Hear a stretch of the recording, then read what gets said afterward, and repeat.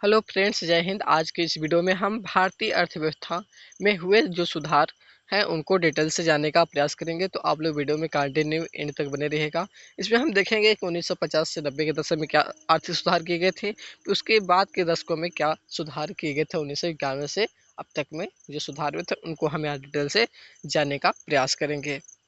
तो आप लोग वीडियो को कंटिन्यू एंड तक देखने का प्रयास करें। काफ़ी शानदार एग्जाम की दृष्टि से रहने वाली है एंड जानकारी की दृष्टि से भी ये काफ़ी शानदार रहने वाले हैं। हम यहाँ पे हम जितने भी वीडियो बना रहे हैं ये सिर्फ एग्जाम की दृष्टि से ही नहीं बल्कि जानकारी की दृष्टि से भी काफ़ी इम्पोर्टेंट है। तो यह सभी लोगों को जानना अति आवश्यक हो जाता है कि जानकारी होनी चाहिए कि भारतीय अर्थव्यवस्था कैसी है, इसमें क्या क्या सुधार किए गए थे पिछले दशकों में, उसके बाद दशकों में क्या सुधार हुए। इन सभी चीज़ों को जानना अति आवश्यक है। अगर चैनल पर नए हैं तो चैनल सब्सक्राइब करेगा, अपने दोस्तों को ज़्यादा से ज़्यादा शेयर करेगा और कमेंट में आपका कोई भी क्वेरी हो तो कमेंट कर सकते हैं। अगर आपको वीडियो पसंद आते हैं तो वीडियो को लाइक करना बिल्कुल ना भूलिएगा। तो चलते हैं हम वीडियो की तरफ, देखते हैं भारतीय अर्थव्यवस्था में जो सुधार हुए थे उनको डिटेल से जानने का प्रयास करते हैं।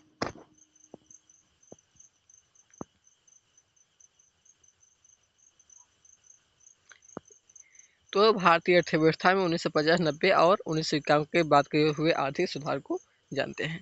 तो भारतीय अर्थव्यवस्था 1950, 1990 के बारे में पहले देख लेते हैं, फिर उसके बाद के दशकों में हम जानने का प्रयास करेंगे। तो 1950-90 के दशक की बात कर रहे हैं तो स्वतंत्रता के बाद जो भारतीय अर्थव्यवस्था थी वह कैसी अर्थव्यवस्था थी, तो मिश्रित अर्थव्यवस्था को चुना गया था। यहाँ पे न तो पूंजीवादी अर्थव्यवस्था को सिर्फ अपनाया गया था जिन्हें पूंजीपतियों की ही ज़्यादा स्वामित्व, निजी कंपनियों के ही ज़्यादा स्वामित्व, न इसको अपनाया गया था, न ही समाजवादी अर्थव्यवस्था को अपनाया गया था कि कुल सभी से स्वामित्व क्या है सरकार के पास हो। तो इन दोनों के मिश्रण को अपनाया था भारतीय अर्थव्यवस्था में, यानी कि यहाँ पे भारतीय अर्थव्यवस्था में पूंजीवादी एवं समाजवादी दोनों अर्थव्यवस्थाओं को अपनाया गया। तो यह अर्थव्यवस्था मिश्रित अर्थव्यवस्था कहलाती है। तो भारतीय जो अर्थव्यवस्था है वह कैसी है, तो वह मिश्रित अर्थव्यवस्था है। इसमें सार्वजनिक तथा निजी दोनों क्षेत्रों को स्थान दिया गया था। मिश्रित अर्थव्यवस्था को समाजवादी और पूंजीवादी अर्थव्यवस्था के ऊपर स्थान दिया गया था। Indian economy notes for UPSC and PCS Hindi का में यह की दृष्टि से काफ़ी महत्वपूर्ण है। जो हमारा नोट्स है यूपीएससी पीसीएस काफ़ी एग्जाम के लिए महत्वपूर्ण है, जानकारी की दृष्टि से काफ़ी इम्पोर्टेंट है। तो देखते हैं पहले समाजवादी अर्थव्यवस्था होती क्या है, फिर पूंजीवादी अर्थव्यवस्था क्या होती है। तो इनमें भी कुछ कमियां होंगी, कुछ विशेषताएं होंगी, तो उनको भी देखेंगे, जानने का प्रयास करेंगे। तभी आप लोगों को पता चलेगा कि मिश्रित अर्थव्यवस्था अच्छी पड़ेगी कि समाजवादी की पूंजीवादी।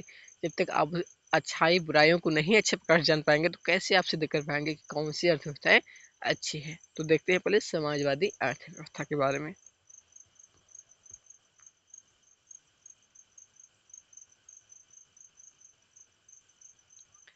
समाजवादी अर्थव्यवस्था, इस अर्थव्यवस्था में समाज की आवश्यकताओं के अनुसार विभिन्न वस्तुओं का उत्पादन किया जाता है। यह माना जाता है कि सरकार यह जानती है कि देश के हित में क्या है, अतः लोगों को वैज्ञानिक इच्छाओं पर ध्यान नहीं दिया जाता। जो व्यक्ति की इच्छा है उनकी, उन पर ध्यान नहीं, लोगों की व्यक्ति की इच्छा क्या होगी इससे मतलब नहीं है। सरकार सार्वजनिक हित में ध्यान में रखकर किसी वस्तु का उत्पादन करती है। सरकार को पता होता है कि कौन सी वस्तु का उत्पादन की जाए जो सार्वजनिक हित की दृष्टि से काफी महत्वपूर्ण है। इसमें व्यक्ति इच्छा की बात नहीं होगी। इसमें वितरण लोगों की आवश्यकताओं के आधार पर होता है, न कि उनकी क्रय क्षमता के आधार पर। इनमें सार्वजनिक हित, लोगों की आवश्यकता क्या है उनके आधार पर वस्तुओं का वितरण किया जाएगा। किस चीज़ों का आवश्यकता उनको है, न कि उनकी क्रय शक्ति के आधार पर वितरण किया जाएगा कि उनके पास ज़्यादा है तो उनको ज़्यादा दिया जाएगा। पूंजीवादी अर्थव्यवस्था, तो समाजवादी अर्थव्यवस्था के इतर पूंजीवादी अर्थव्यवस्था में वितरण तथा निर्माण लोगों की क्रय शक्ति के आधार पर होती है। यानी लोग जितना करेंगे उस आवश्यकता उसके आधार पर उसको ज़्यादा वस्तुएं वितरित किया जाएगा। उनका वो स्वामित्व होगा, और जिस वस्तु का ज़्यादा उत्पादन करेगा उसका वो स्वामित्व होगा।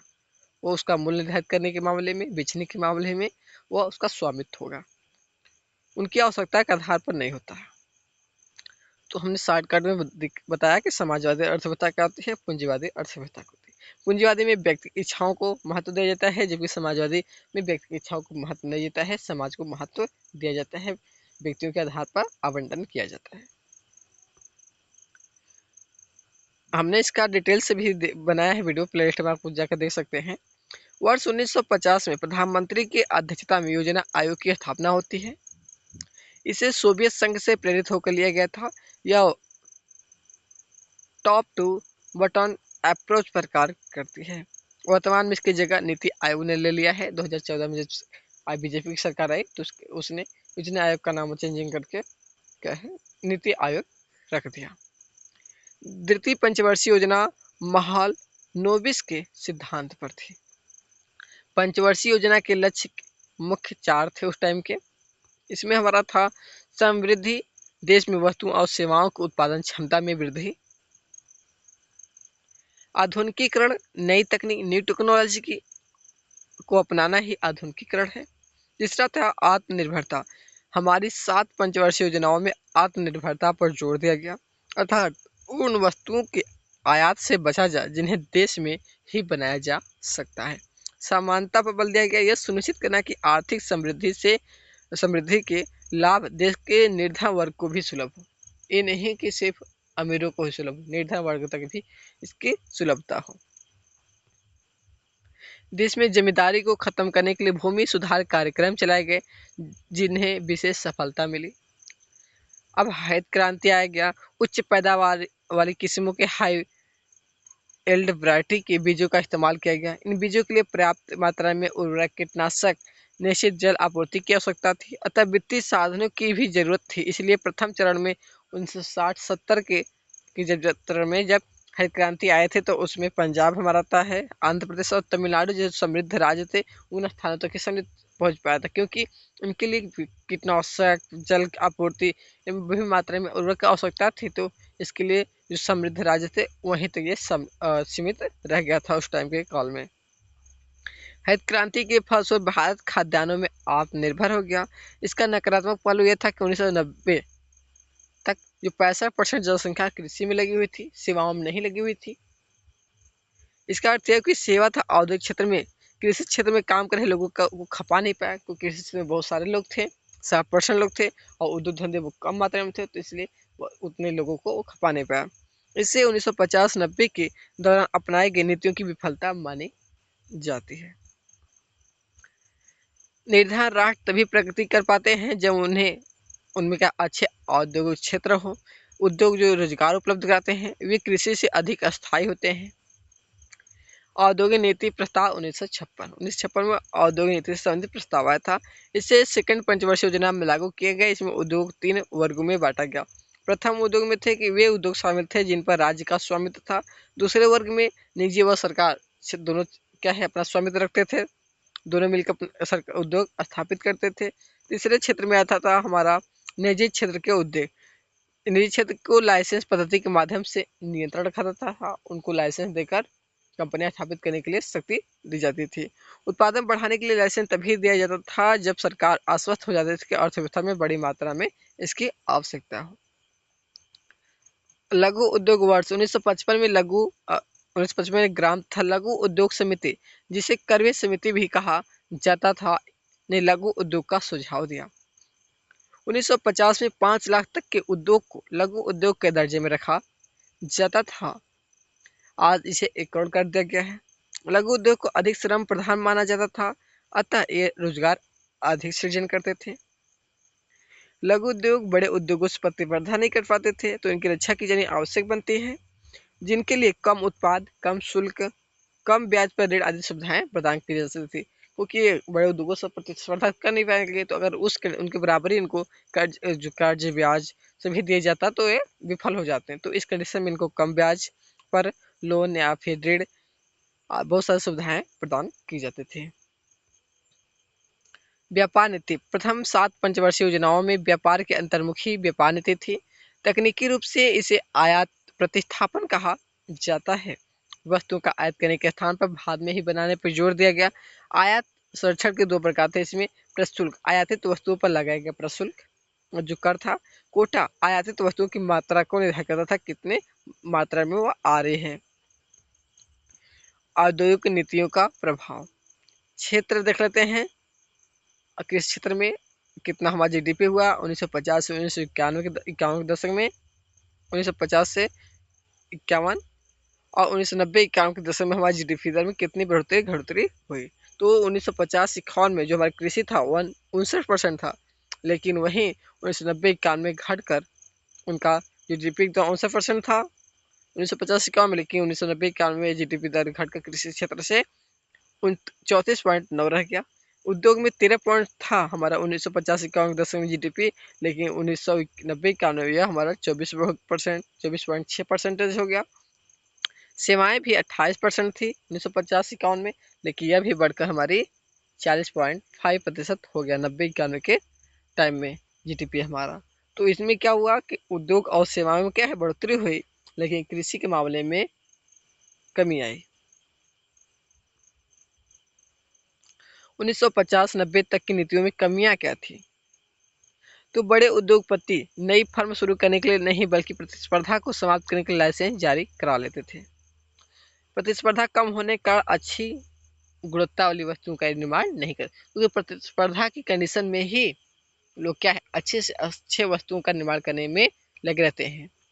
जब प्रतिस्पर्धा ही नहीं रहेगी तो क्या है उतनी अच्छी गुणवत्ता क्वालिटी की क्या है वस्तुएं बनाना नहीं चाहेंगे, वह सस्ती और वस्तुएं बनाकर बाजार में उपलब्ध करा देते हैं। तो इसके लिए प्रतिस्पर्धा न होना भी क्या है इनकी कमियों में आती है।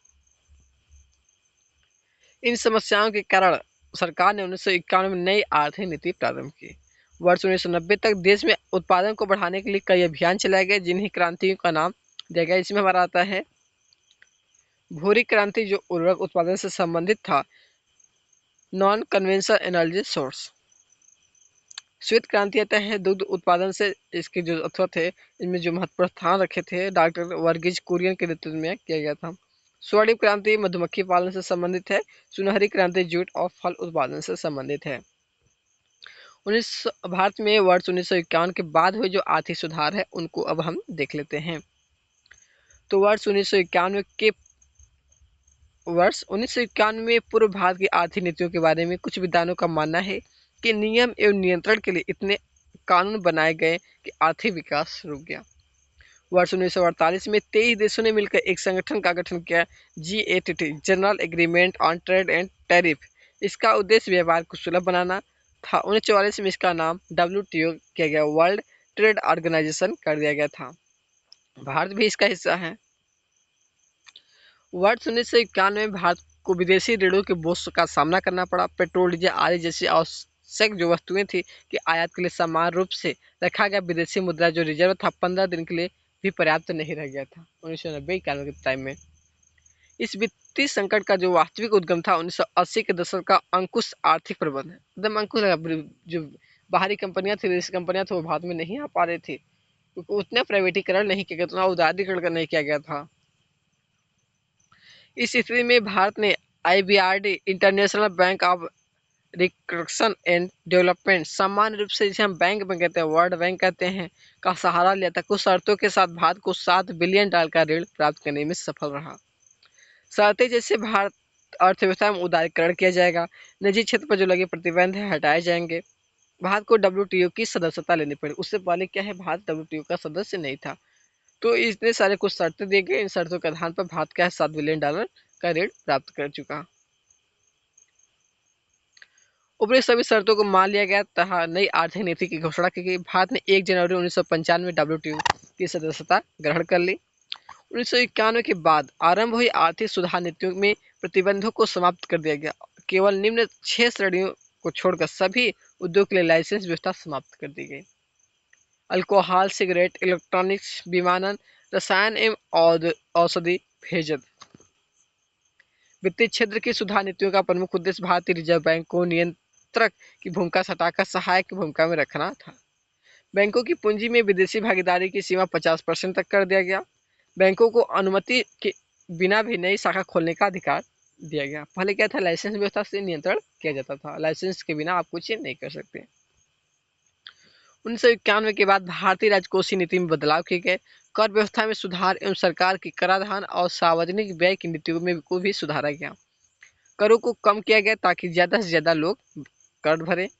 प्रत्यक्ष कर 1991 के बाद व्यक्तिगत आय पर लगने वाले करों में कमी की गई। अप्रत्यक्ष कर, इनमें भी कुछ सुधार किए गए। 1951 में भारतीय मुद्रा जो रुपया था उनका अवमूल्यन किया गया। इससे देश में विदेशी मुद्रा के आगमन में वृद्धि हुई। वर्तमान समय में रुपये एवं डॉलर का मूल्य स्वयं आयात एवं निर्यात के अनुसार निर्धारित होता है। सार्वजनिक क्षेत्र के उपक्रमों का चयन कर उन्हें प्रोत्साहित करने के लिए महारत्न, नवरत्न और लघु रत्न जैसी कंपनियों को घोषित किया गया।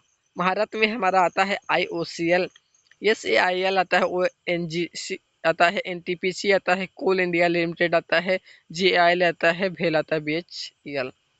नवरत्न में हमारा HAL आता है, BEL आता है, MTNL आता है, BPCL आता है, SBI, ये सब हमारी नवरत्न कंपनियां हैं। लघु रत्न में हमारा BSNL, IRCTC आता है, ये सब हमारा लघु रत्न कंपनियां हैं।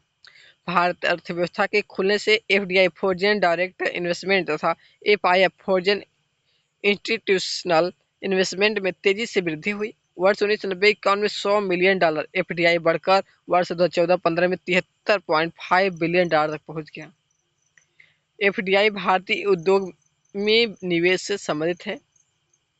जो FDI है वो भारतीय उद्योग में निवेश संबंधित है, भारतीय उद्योग में वो निवेश करते हैं। और FII है केवल पूंजी बाजार है, शेयर मार्केट में क्या अपना पैसा लगाते हैं। विनिवेश, सरकार प्रतिवर्ष सार्वजनिक उद्यमों में विनिवेश का कुछ लक्ष्य निर्धारित करती है। तो यह लक्ष्य कितना निर्धारित किया गया था? तो वर्ष 1991-92 में 2500 करोड़ रखा गया था। वर्ष 2014-15 में 56,000 करोड़ रखा गया। वर्ष 2019-20 में यह 1.05 लाख करोड़ इसका लक्ष्य रखा गया। तो यह रहा हमारा भारतीय अर्थव्यवस्था 1950 से 90 के दशक में जो हुए आर्थिक सुधार, और 1991 के बाद जो हुए आर्थिक सुधार, उनको हम इस वीडियो में डिटेल से जानने का प्रयास किया। अगर आप लोग इस वीडियो को एक दो बार रिवीजन कर लेते हैं तो आप लोग को इसकी जानकारी अच्छे प्रकार से हो जाएगी। या UPSC, IAS, PCS, UPSC के लिए काफ़ी महत्वपूर्ण है और जानकारी दृष्टि से भी काफ़ी महत्वपूर्ण है। तो आप लोग एक दो बार रिवीजन बस से कर लीजिएगा। अगर चैनल पर नए हैं तो सब्सक्राइब करिएगा, बेल आइकन को प्रेस कर दीजिएगा, अपने दोस्तों को ज़्यादा से ज़्यादा शेयर करिएगा। अगर वीडियो पसंद आते हैं तो वीडियो को लाइक करिएगा, और कमेंट में आपका कोई भी क्वेरी हो तो आप कमेंट कर सकते हैं। Okay, thanks. फिर मिलते हैं नेक्स्ट वीडियो में कुछ नए टॉपिक के साथ। तो आज के लिए इतना ही। Okay, thanks.